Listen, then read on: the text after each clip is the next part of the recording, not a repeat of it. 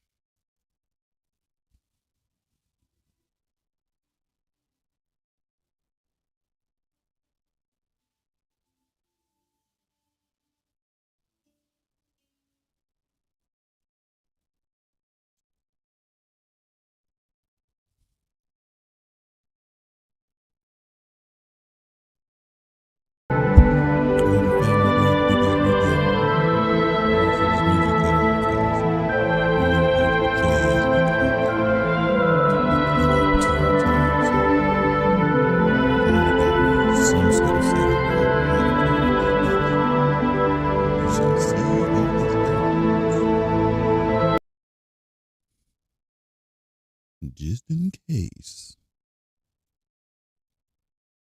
All right, I hope. Yeah, see, I knew the music was still playing, so I had to make sure I cut that thing off.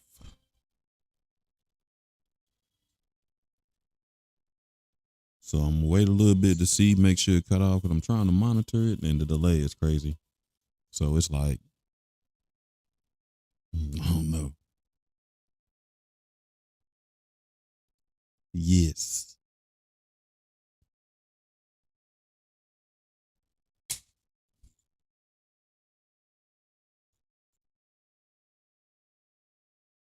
All right, we're good, family. Let's get this party started. Oh man, happy Thursday, day before Friday. I hope y'all been having a good day. It's been it's been not too busy, but it's been an interesting day. I just been in an emotional space, like a little feel a little aggressive. So I had to do me a little hoppe and some stuff like that. So I got my life together now. I hope I ain't put that on camera. I got the bad habit of doing weird stuff and be forgetting I'm on camera, but I'm pretty sure it is on camera.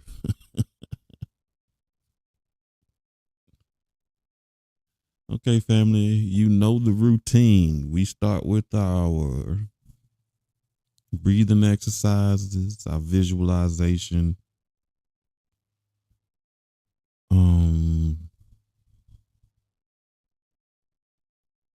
Yeah, okay. Yeah, we start with our visualizations and our sound and our breathing, and then we'll pick up reading. What is it? The Celestine Prophecies. That's where we going. Celestine Prophecies, family. So we'll see how that goes. Facebook is doing good right now, so I'm gonna check YouTube real quick. It should be doing well as well. Let me grab this big bowl. We going with the big dog today. And today I'm gonna remember to turn off the noise cancellation a little bit, so maybe y'all can hear it a little better. I don't know if that's gonna be good or bad with this big bowl, so but we're going to see. I don't know what breathing y'all feel like doing. 3-6-9, 2-7-8, or sun moon centering.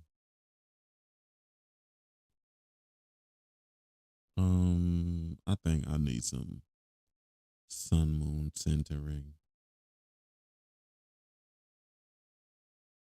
Yeah, so we're gonna do sun moon centering. Lo siento.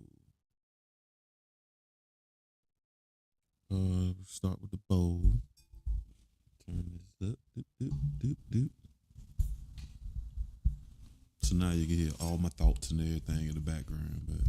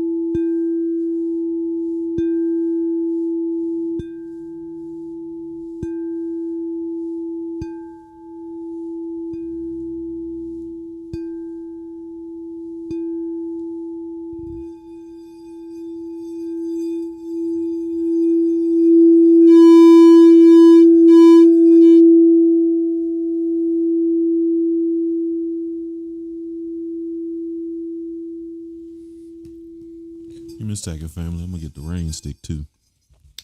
I feel like a little rain stick in our lives tonight. So give me a second.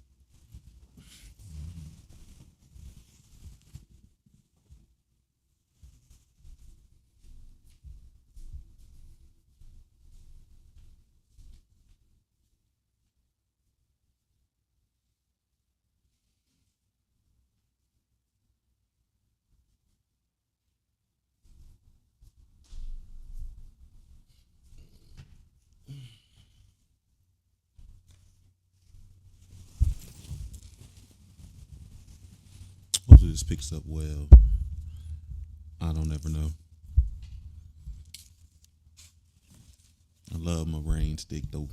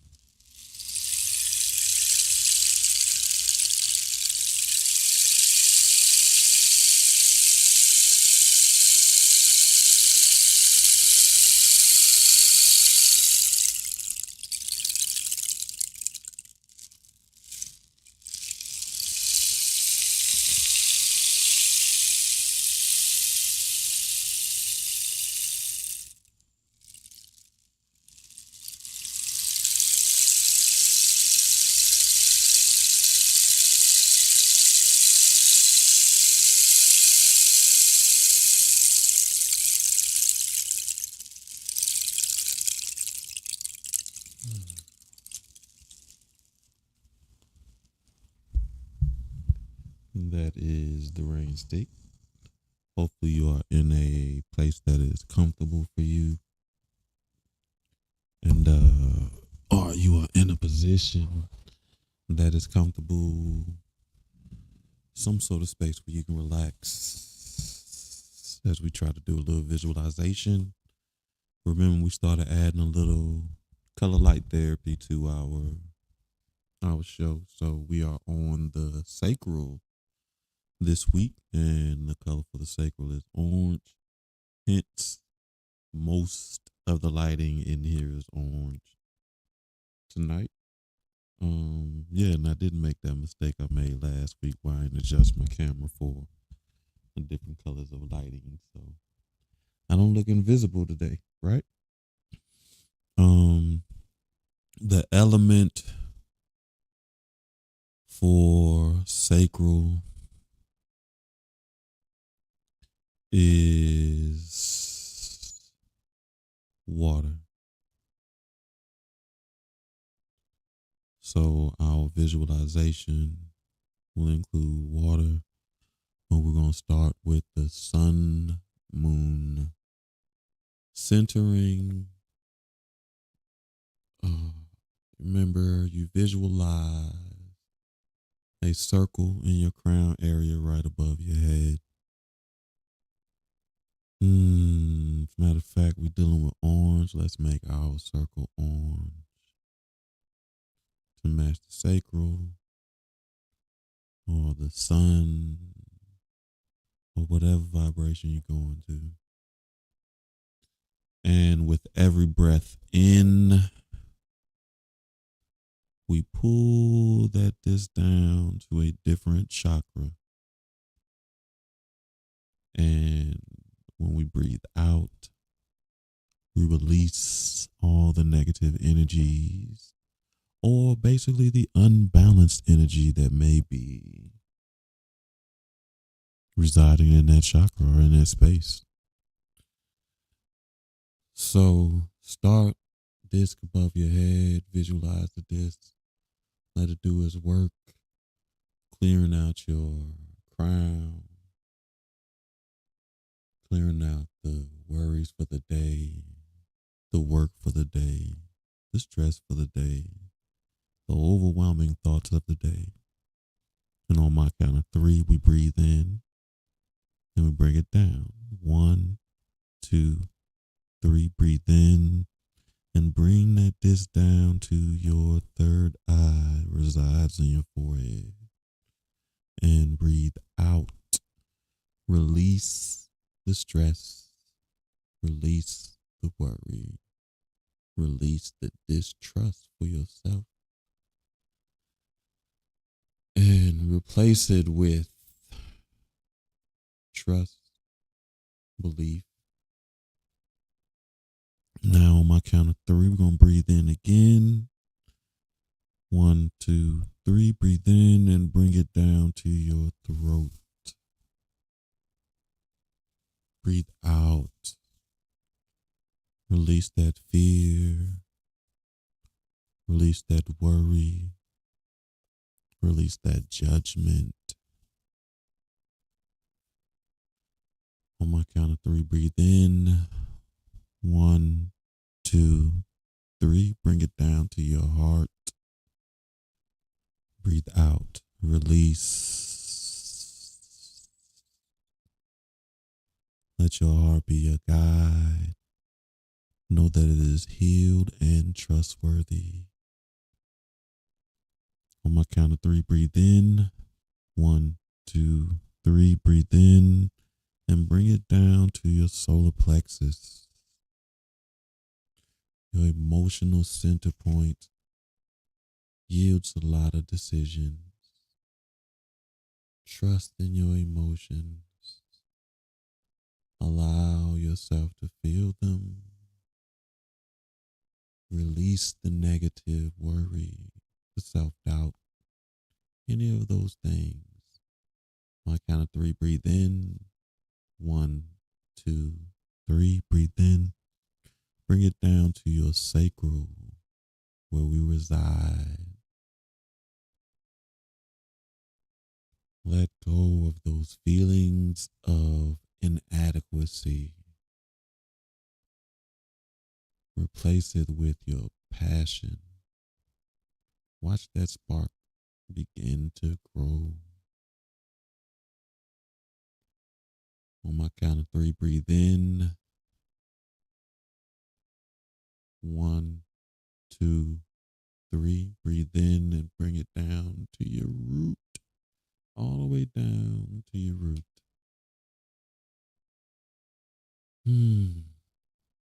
Let it do its thing. You feel grounded. You feel connected. You feel a sense of relief. Release that worry. Now we're going to bring it back up with every breath. My count of three. 1, 2, 3. Bring it up to your sacral. Breathe out. 1, 2, 3. Bring it up to your solar plexus. Breathe out. 1, 2, 3. Bring it up to your heart. Breathe out. 1, 2, 3. Bring it up to your throat. Breathe out. 1, 2, 3. Bring it up to your third eye. Breathe out. 1, 2, 3. Bring it up to your crown. And breathe out. Now, as you visualize that, imagine yourself standing near a waterfall, and you can feel the mist as the water splashes against itself. And the mist is cool and refreshing. And you feel connected as every drop lands on your skin. Now imagine that you step out into that water and imagine that you step out in that water and you get closer to the waterfall. And as you get closer, you feel the water go up to your ankles. It's on your shin. It's at your knees. It stops at your waist as you stand beneath the waterfall. And visualize that water just running down on you. From the top of your head, you feel the drops roll down your forehead, onto your nose, across your lips, down to your neck and shoulders. You feel it on the back of your head, down to the back of your neck, on your back. And the water feels like it is cleansing your spirit with every drop, every splash, every water that falls. You feel rejuvenated. And as you stand in that waterfall, I want you to repeat after me.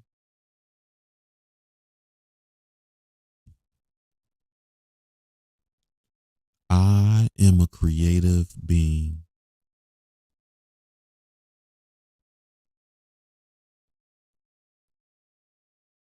I deserve to enjoy life.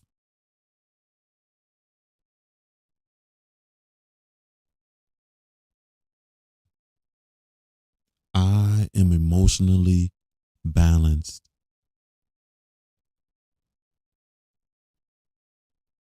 I welcome sensuality into my life. I am worthy and lovable.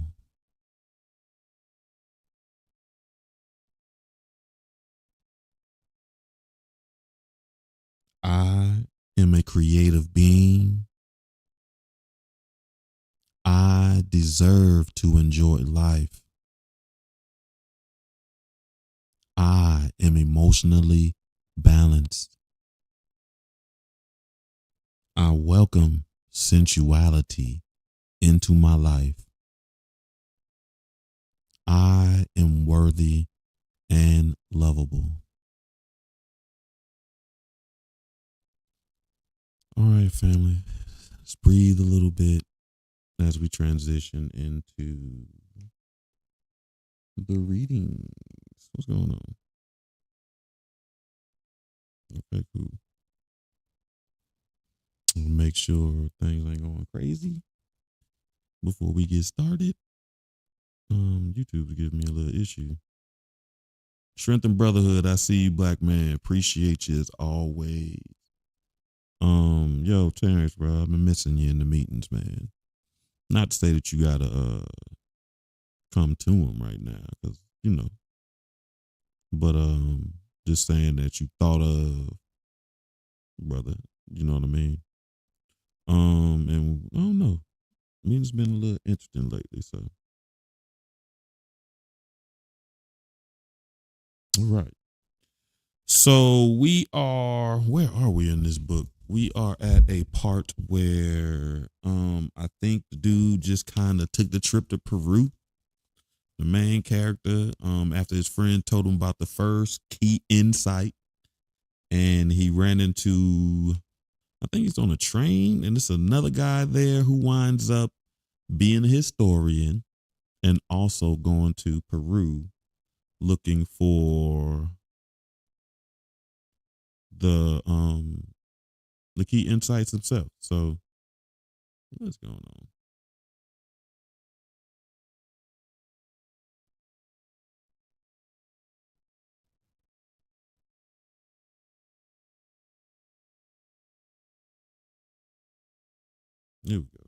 Maybe that'll work. Okay. I don't know what's going on. So they are having a discussion about the first the first insight, which is basically kind of like it's an energetic thing. It's where people are starting to be aware of the coincidences that aren't really coincidences, but as I say, the synchronicity of life. And people have a sense that, oh man, what, I don't know what happened. Um, a sense that they need to do something different. It's what do they call it? A critical mass. Dang.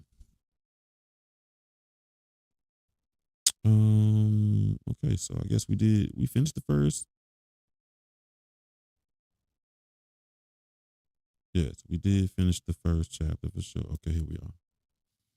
All right, family. I know this thing ain't still saying starting. Okay, good. The only one I can't see is TikTok. TikTok. TikTok, if y'all talking, I'll miss you. I'll get with y'all after the fact. Or Instagram, I can't see y'all either, but Instagram be wilding out. I don't know. Every time I try to comment something, they just start messing up. People told me they can't get in on Instagram. If you on Instagram and you're having a lot of issues with Instagram, then just come on over to Death Row. No, I'm just kidding. Just come on over to YouTube. Is all right. A lot of people like TikTok, and Facebook is always an option. But I'm gonna go back a little bit. I nodded. Then, as a historian, you think the manuscript's prediction of the global transformation is accurate? Yes. As a historian, yes. But you have to look at history in the correct way. He took a deep breath. Believe me, I say this as one who has spent a lot of years studying and teaching history in the wrong way. I used to focus solely on technological advancements of accomplishments of civilization and the great men who brought about this progress. What's wrong with that approach? Nothing as far as it goes. But what's really important is the worldview of each historical period, what people were feeling and thinking. It took me a long time to understand that. History is supposed to provide a knowledge of the longer context within which our lives take place. History is not just the evolution of technology, it's the evolution of thought. By understanding the reality of people who came before us, we can see why we look at the world the way we do and what our contribution is toward further progress. We can pinpoint where we come in, so to speak, in the longer development of civilization, and that gives us a sense of where we are going.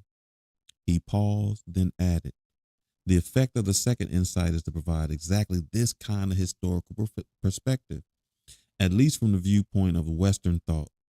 It places the manuscript's predictions in the longer context that makes them seem not only plausible, but inevitable. I asked Dobson how many insights has he seen, and he told me only the first two. He found them, he said, after a rumor about the manuscript prompted a short trip to Peru 3 weeks ago. Once I arrived in Peru, he continued, I met a couple of people who confirmed the manuscript's existence, yet seemed scared to death to talk much about it. They said the government had gone a little loco and was making physical threats against anyone who had copies or dispersed information. His face turned serious. That made me nervous. But later, a waiter at my hotel told me about a priest he knew who often spoke of the manuscript. The waiter said the priest was trying to fight the government's efforts to suppress the artifact. I couldn't resist going to a private dwelling where this priest supposedly spent most of his time. I must have looked surprised because Dobson asked, What's wrong? My friend, I replied, the one who told me about the manuscript, learned what she knew from a priest. He didn't give his name, but she talked with him once about the first insight. She was scheduled to meet with him again, but he never showed up. It may have been the same man, Dobson said, because I couldn't find him either. The house was locked up and looked deserted. You never saw him? No, but I decided to look around. There was an old storage building in the back that was open, and for some reason, I decided to explore it. Behind some trash under the loose board in the wall, I found translations of the first and second insights. He looked at me knowingly. You just happened to find them, I asked. Yes. Did you bring the insights with you on this trip? He shook his head. No. I decided to study them thoroughly and leave them with some of my colleagues. Could you give me a summary of the second insight? I asked. There was a long pause. Then Dobson smiled and nodded. I guess that's why we're here. The second insight, he said, puts our current awareness into a longer historical perspective. After all, when the decade of the 90s is over, we'll be finishing up not only the 20th century, but a 1,000-year period of history as well. We'll be completing the entire second millennium. Before we in the West can understand where we are and what's going to occur next, we must understand what has really been happening during the current 1,000-year period. What does the manuscript say exactly? I asked. It says that at the close of the second millennium, that's now, we will be able to see that the entire period of history as a whole, and we will identify a particular preoccupation that developed during the later half of this millennium in what was called the modern age. Our awareness of the coincidences today represents a kind of awakening of this preoccupation. What's the preoccupation? I asked. He gave me a mischievous smile. Are you ready to relive the millennium? Sure, tell me about it. It's not enough for me to tell you about it. Remember what I said before. To understand history, you must grasp how your everyday view of the world developed, how it was created by the reality of the people who lived before you. It took 1,000 years to evolve to the modern way of looking at things. And to really understand where you are today, you must take yourself back to the year 1000 and then move forward through the entire millennium experientially, as though you actually lived through the whole period yourself in a single lifetime. How do I do that? I'll guide you through. I hesitated for a moment, glancing out the window at the land formations far below. Time was already beginning to feel different. I'll try, I said finally. Okay, he replied. Imagine yourself being alive in the year 1000 in what we call the Middle Ages. It's basically just an exercise of imagination, which can be a thought on astral projection, which is putting your consciousness in a different time period. The first thing you must understand is that the reality of this time is being defined by powerful churchmen and the Christian church. Because of their position, these men hold great influence over the minds of the populace. And the world these churchmen describe as real is, above all, spiritual. They are creating a reality which places their idea of God's plan for mankind at the very center of life. Visualize this, he continued. You find yourself in the class of your father, essentially peasant or aristocrat, and you know that you will always be confined to this class. But regardless of which class you're in or the particular work you do, you soon realize that a social position is secondary to the spiritual reality of life as defined by the churchmen. Life is about passing a spiritual test, you will discover. The churchmen explained that God has placed mankind at the center of his universe, surrounded by the entire cosmos, for one solitary purpose: to win or lose salvation. And in this trial, you must correctly choose between two opposing forces: the force of God and the lurking temptations of the devil. But understand that you don't face this contest alone, he continued. In fact, As a mere individual, you aren't qualified to determine your status in this regard. This is the province of the churchmen. They are there to interpret the scriptures and tell you every step of the way whether you are in accordance with God or whether you are being duped by Satan. If you follow their instructions, you are assured that a rewarding afterlife will follow. But if you fail to heed the course they prescribe, then well, there's excommunication and certain damnation. Dobson looked at me intensely. The manuscript says that the important thing to understand here is that every aspect of the medieval world is defined in otherworldly terms. All the phenomenon of life, from the chance thunderstorm or earthquake to the success of crops or the death of a loved one, is defined either as God, the will of God, or the malice of the devil. There is no concept of weather or geological forces or horticulture or disease. All of that comes later. For now, you completely believe the churchmen. The world you take for granted operates solely by spiritual means. He stopped talking and looked at me. Are you there? Yes, I can see that reality. In that time period, you definitely can. Well, imagine that reality now beginning to break down. What do you mean? The medieval worldview, your worldview, begins to fall apart in the 14th and 15th century. First, you notice certain improprieties on the part of the churchmen themselves, secretly violating their vows of chastity, for example, or taking gratuities to look the other way when government officials violate scriptural law. These improprieties, alarm you because the churchmen hold themselves to be the only connection between yourself and God. Remember, they are the only interpreters of the scripture, the sole arbitrators of your salvation. Suddenly, you are in the midst of an outright rebellion. A group led by Martin Luther is calling for a complete breakdown from papal Christianity. The churchmen are corrupt, they say, demanding an end to the churchmen's reign over the minds of the people. New churches are being formed based on the idea that each person should be able to have access to these scriptures personally and to interpret them as they wish, with no middlemen. As you watch in disbelief, the rebellion succeeds. The churchmen begin to lose. For centuries, these men defined reality, and now, before your eyes, they are losing their credibility. Consequently, the whole world is being thrown into question. The clear consensus about the nature of the universe and about humankind's purpose here, based as it was on the churchman's description, is collapsing, leaving you and all other humans in Western culture in a very precarious place.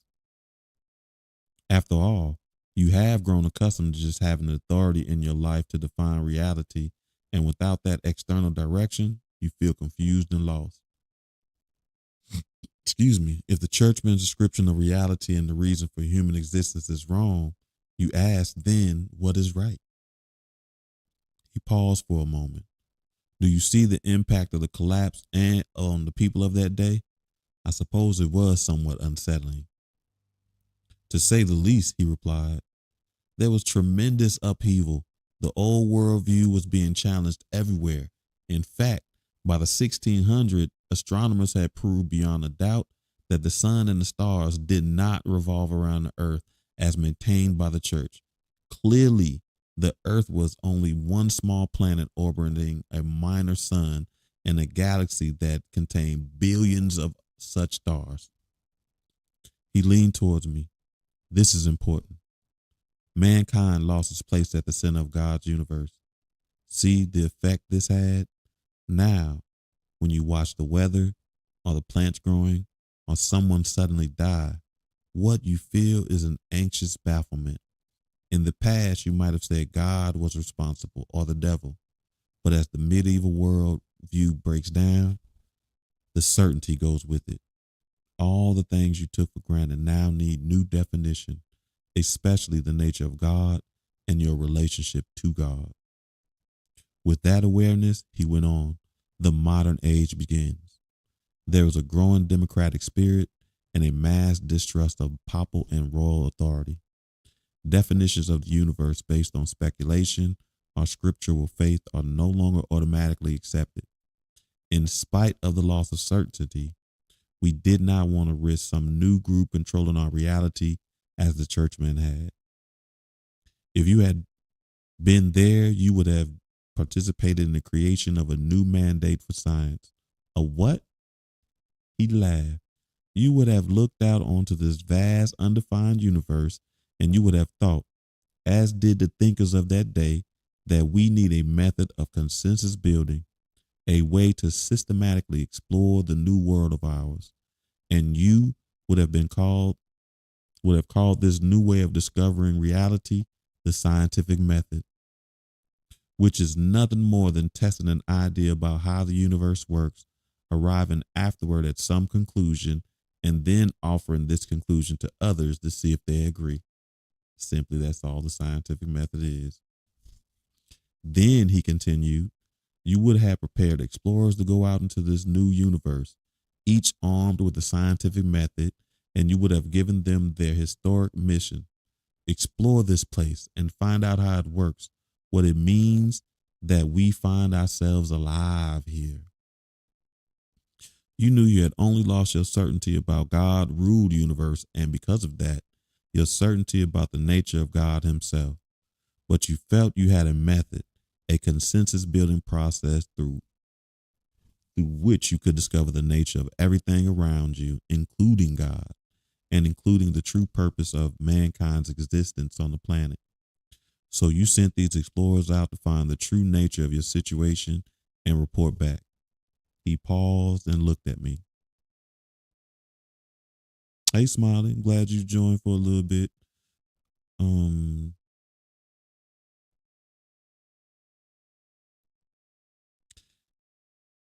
The manuscript, he said, says that at this point we began the preoccupation from which we are awakening now. We sent these explorers back to bring back a complete explanation of our existence, but because of the complexity of the universe, they weren't able to return right away. What was the preoccupation? Put yourself in that time period again, he said, when the scientific method couldn't bring back a new picture of God and of mankind's purpose on the planet. The lack of certainty and meaning affected the Western culture deeply. We needed something else to do until our questions were answered. Eventually, we arrived at what seemed to be a very logical solution. We looked at each other and said, well, since our explorers have not yet returned with our true spiritual situation, why not settle into this new world of ours while we are waiting? We are certainly learning enough to manipulate this new world for our own benefit. So why not work in the meantime to raise our standard of living, our sense of security in the world? Oh, Lord, what happened?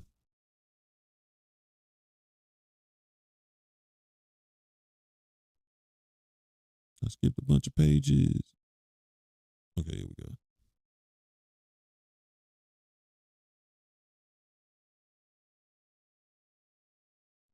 He looked at me and grinned. And that's what we did four centuries ago. We shook off our feeling of being lost by taking matters into our own hands, by focusing on conquering the earth and using its resources to better our situation. And only now, as we approach the end of the millennium, can we see what happened. Our focus gradually became a preoccupation. We totally lost ourselves in creating a secular security and economic security to replace the spiritual one we had lost. The questions of why we are alive, of what was actually going on here spiritually, was slowly pushed to the side and repressed altogether. Excuse me. He looked at me intensely, then said, working to establish a more comfortable lifestyle of survival has grown to feel complete in and of itself a reason to be alive. And we've gradually, methodically forgotten our original question. We've forgotten that we still don't know what we're surviving for. Out the windows far below, I could see a large city. Judging from my flight path, I suspected it was Orlando, Florida. I was struck by the geometric outlines of the streets and avenues, the planned and ordered configurations of what humans had built. I looked over at Dobson. His eyes were closed and he appeared to be asleep. For an hour, he had told me more about the second insight. Then our lunch had arrived and we had eaten, and I told him about Charlene and why I had decided to come to Peru. Afterward, I wanted only to gaze out at the cloud formations and consider what he had said.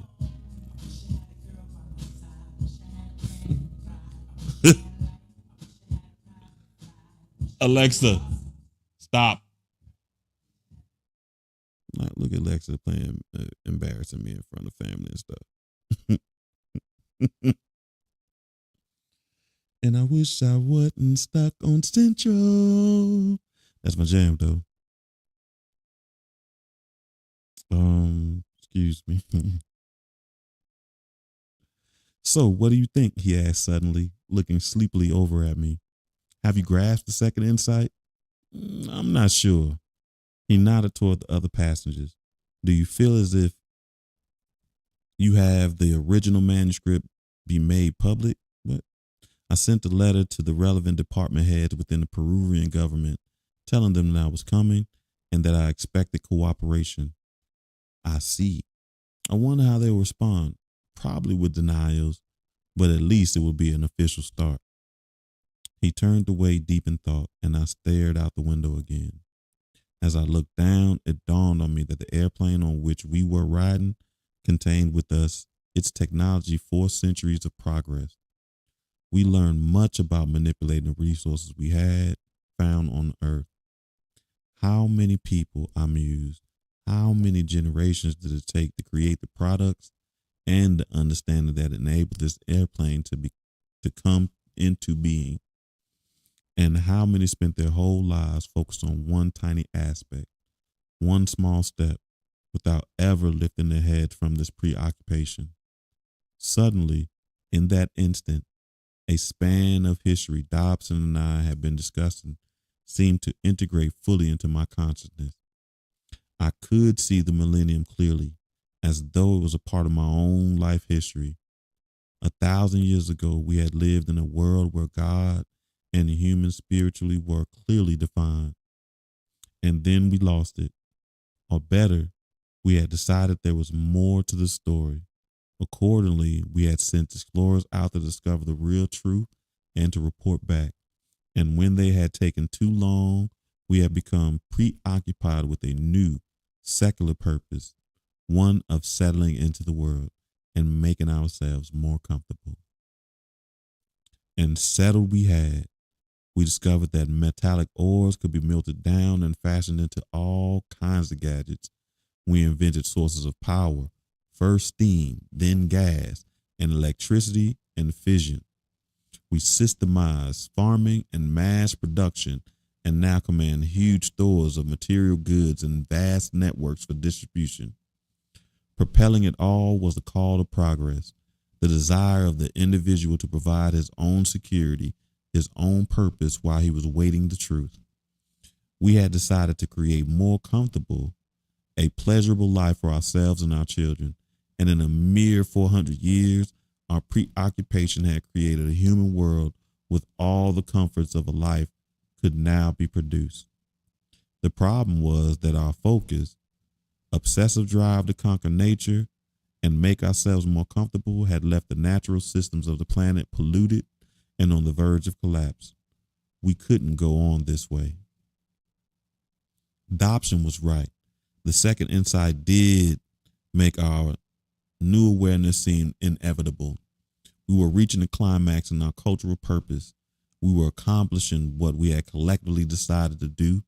And as this happens, our preoccupation was breaking down and we were waking up to something else. I could almost see the momentum of the modern age slowing as we approached the end of the millennium. For a 400-year-old obsession had been completed. We had created the means of material security, and now we seem to be ready, poised, in fact, to find out why we had done it. In the faces of the passengers around me, I could see evidence of the preoccupation, but also, as I thought, I detected brief glimpses of awareness.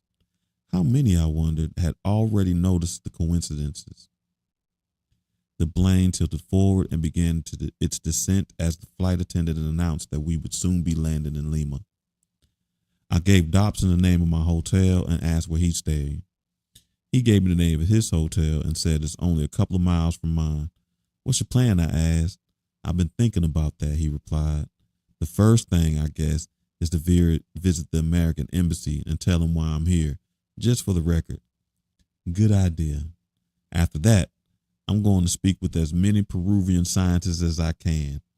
The scientists at the University of Lima have already told me that they have no knowledge of the manuscript, but there are other scientists who are working at various ruins who may be willing to talk. What about you? What are your plans? I have none, I replied. Do you mind if I tag along? Not at all. I was going to suggest it. After the plane landed, we picked up our luggage and agreed to meet at Later's at Dobson's hotel. I walked outside and hailed a taxi in the fading twilight. The air was dry and the wind was brisk. As my cab drove away, I noticed another taxi pull up quickly behind us, then lag back into traffic. It stayed with us through several turns, and I could make out a lone figure in the back. A rush of nervousness filled my stomach. I asked the driver, who could speak English, not to go directly to the hotel but drive around for a little while. I told him I was interested in sightseeing. He complied without a comment. The taxi followed. What was that all about? When we arrived at my hotel, I told the driver to stay in the car. Then I opened my door and pretended to be paying the fare. The taxi followed behind us, pulled up to the curb some distance away, and a man stepped out and walked slowly toward the hotel entrance. I jumped back into the vehicle, shut the door, telling the cab to drive off. As we sped away, the man walked into the street and watched us until we were out of sight. I could see my driver's face in the rearview mirror. He was watching me closely, his expression tense. Sorry about this, I said. I've decided to change accommodations. I struggled to smile, then gave him the name of Dobson's Hotel, although part of me wanted to go straight to the airport and take the first plane back to the States.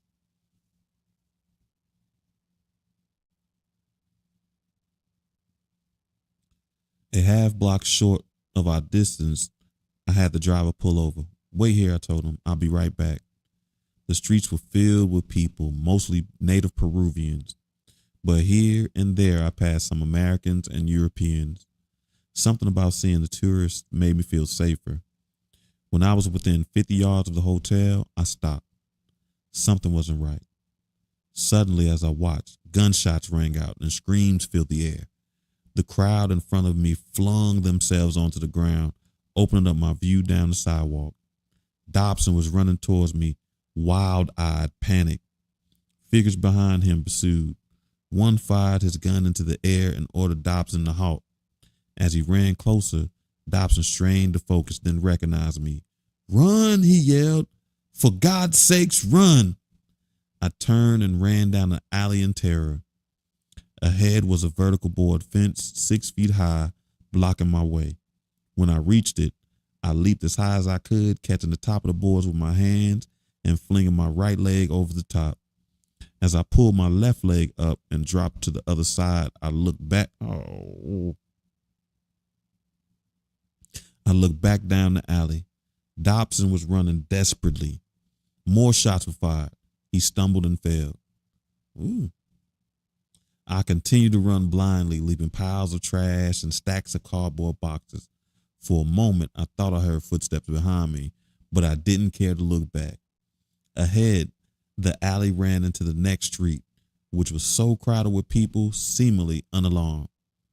As I entered the street, I dared a glance to my rear, my heart pounding. No one was there. I walked hurriedly down the sidewalk to the right, trying to fade into the crowd. Why did Dobson run? I asked myself. Was he killed? Wait a minute. Someone said in a loud whisper behind my left shoulder, I started to run, but he reached out and grabbed my arm. Please, wait a minute, he said again. I saw what happened. I'm trying to help you. Who are you? I asked, trembling. I'm Wilson James, he said. I'll explain later. Right now, we have to get off these streets. Something about his voice and demeanor calmed my panic, so I decided to follow him. We walked up the street into a leather goods store. He nodded to a man behind the counter and led me into a musty spare room in the back. He shut the door and closed the curtains. He was a man in his 60s, although he seemed much younger. A sparkle in his eyes or something. His skin was dark brown and his hair was black.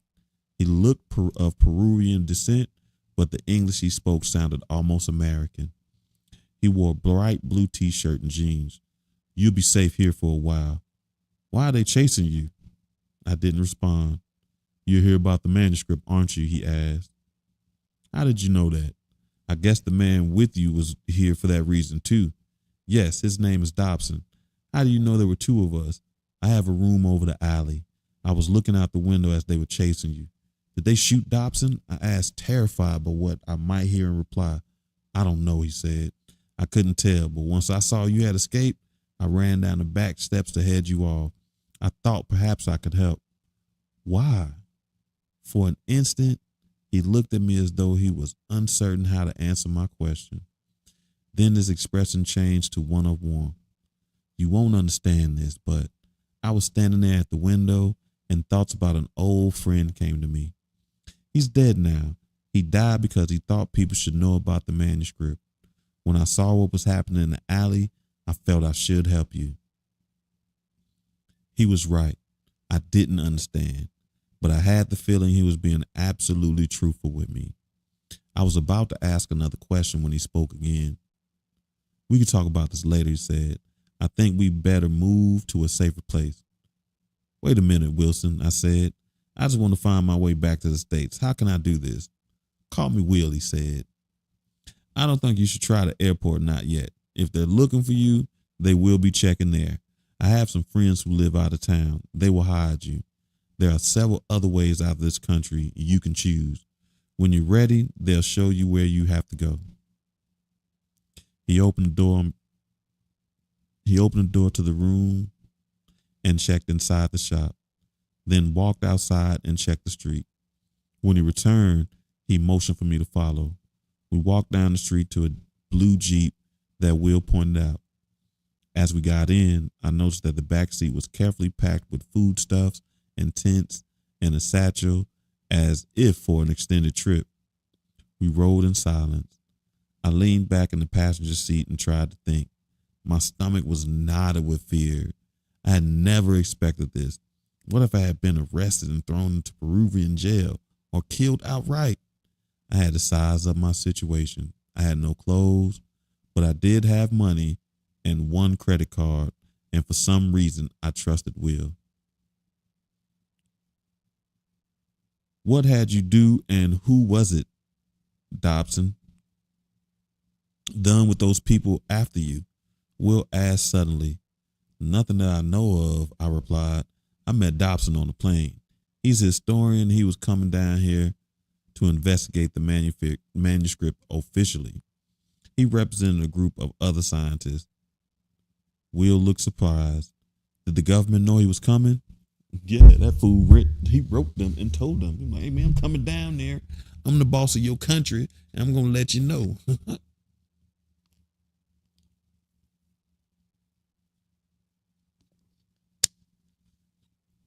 Yeah, excuse me, I got a hole in my lip. Forgive me. Yeah, Dobson was wild with that.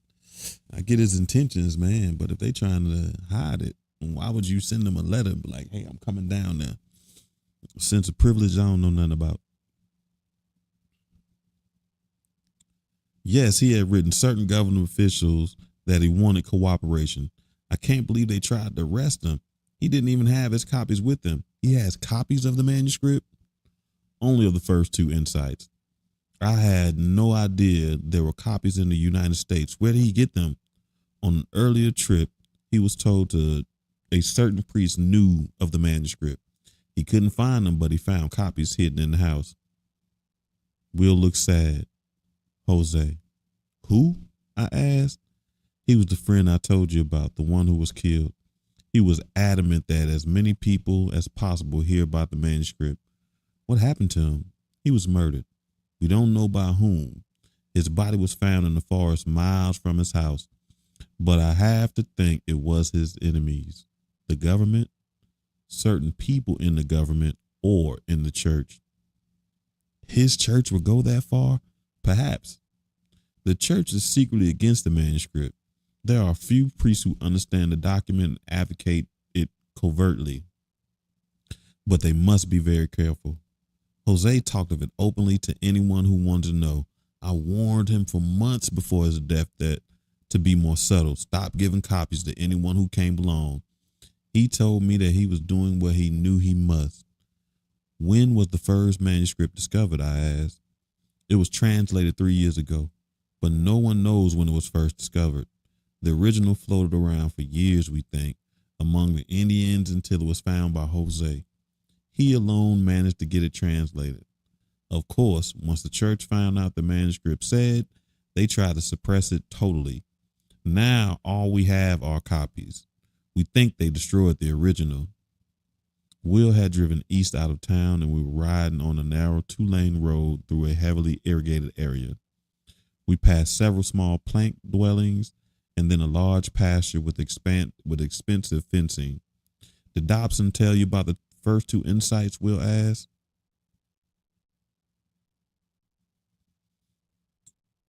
He told me about the second insight, I replied. I had a friend who told me about the first. She talked to a priest another time, to Jose, I guess. Do you understand those 2 insights? I think so. Do you understand that chance encounters often have a deeper meaning? It seems. I said, like this whole trip has been one coincidental event after another. That begins to happen once you become alert and connected with the energy. Connected? Will smiled. That's something mentioned further in the manuscript. I'd like to hear about it, I said. Let's talk about it later, he said, indicating with a nod that he was turning the vehicle onto a gravel driveway. 100 feet ahead was a modest wood frame house. Will pulled up beneath a large tree to the right of the house and stopped. My friend worked for the owners of a large farm in the state who owns much of the land in this area, he said, and provides this house. The man is very powerful and secretly supportive of the manuscript. You'll be safe here. A porch light flicked on, and a short, squat man who appeared to be native Peruvian rushed out, smiling broadly and saying something enthusiastically in Spanish. When he reached the Jeep, he patted Will on the back through the window and glanced pleasantly over at me. Will asked him to speak English, then he introduced us. He needs a little help, Will said to the man. He wants to return to the States, but he'll have to be very careful. I guess I'm going to leave him with you. The man was looking closely at Will. You're about to go after that 9th insight again, aren't you? He asked. Yes, Will said, getting out of the Jeep. I opened my door and walked around the vehicle. Will and his friend was strolling towards the house, having a conversation I couldn't hear.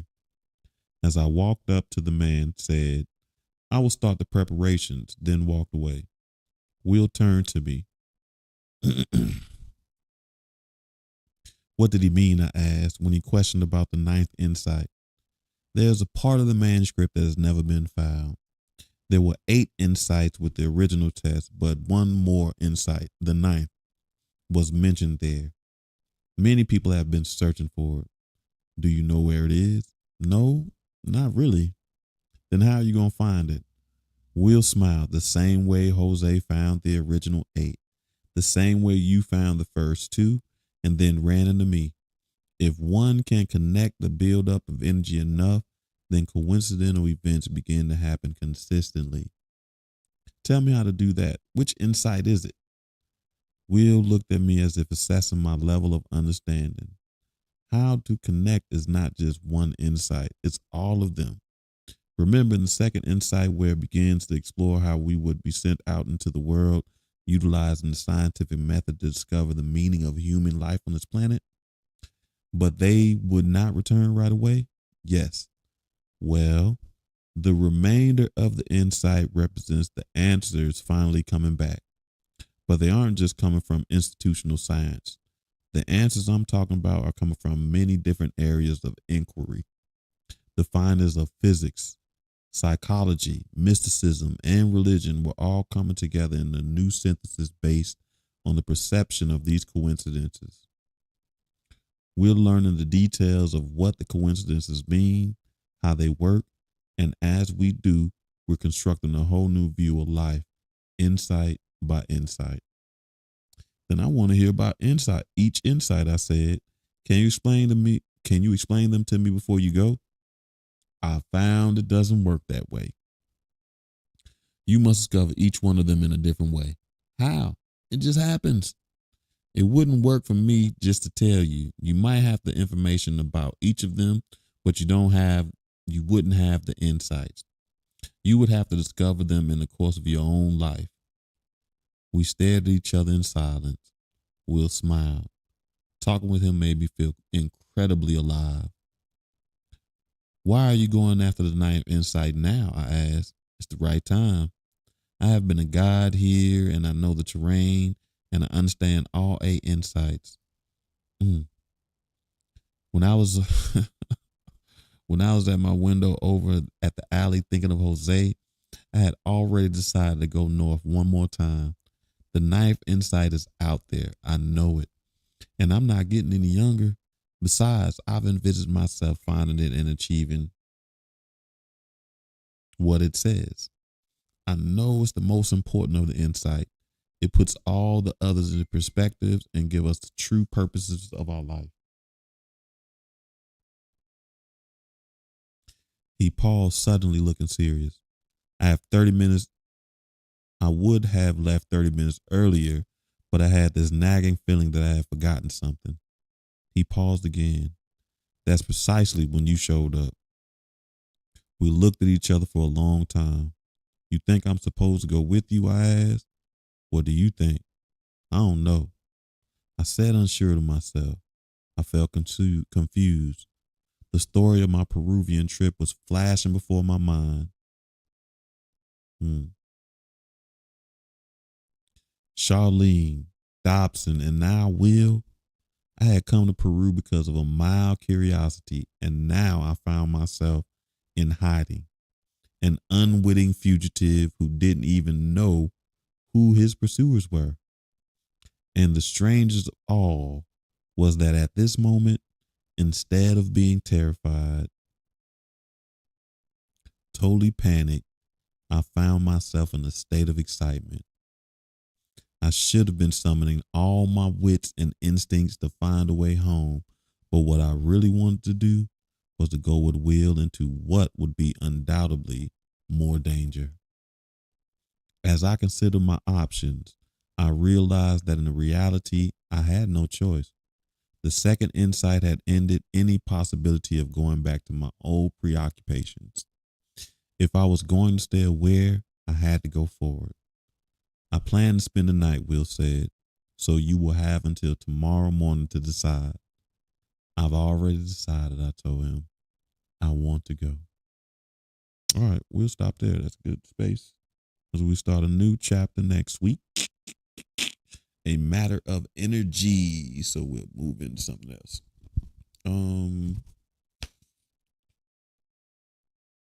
Misha, I appreciate you stopping through for a little bit. Joining book club for a second. This is our Thursday night thing. I appreciate you. That's why we try to do something like this, because I'm trying to use my voice a little bit more. But I appreciate you stopping by. Terrence, again, glad you happened. TikTok family, Instagram family, I see you after I end the show. It'd be weird like that. But see you Thursday. I don't know what we're talking about Thursday. Oh, repetition. See you Tuesday. If you join us Tuesday, either we'll have some energy reads if somebody's feeling courageous enough to join, or we will be continuing our talk on reprogramming our minds, and we will use the power of repetition along with the power of suggestion and the power of symbols to help reprogram our mind and address our traumas. I thank you, and we'll see you. Woo, excuse me. Thursday for us to continue book club. So I thank you as always, family, and we catch you next week. Peace.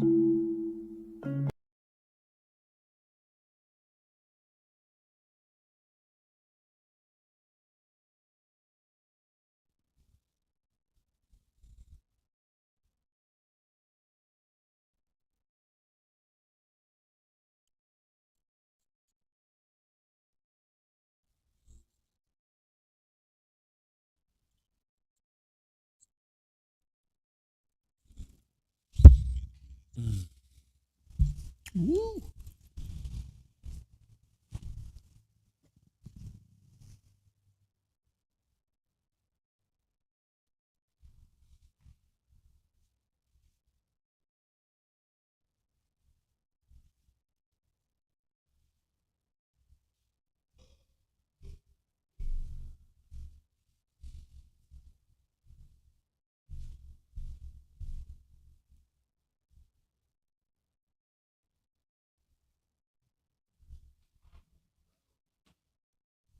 Chile.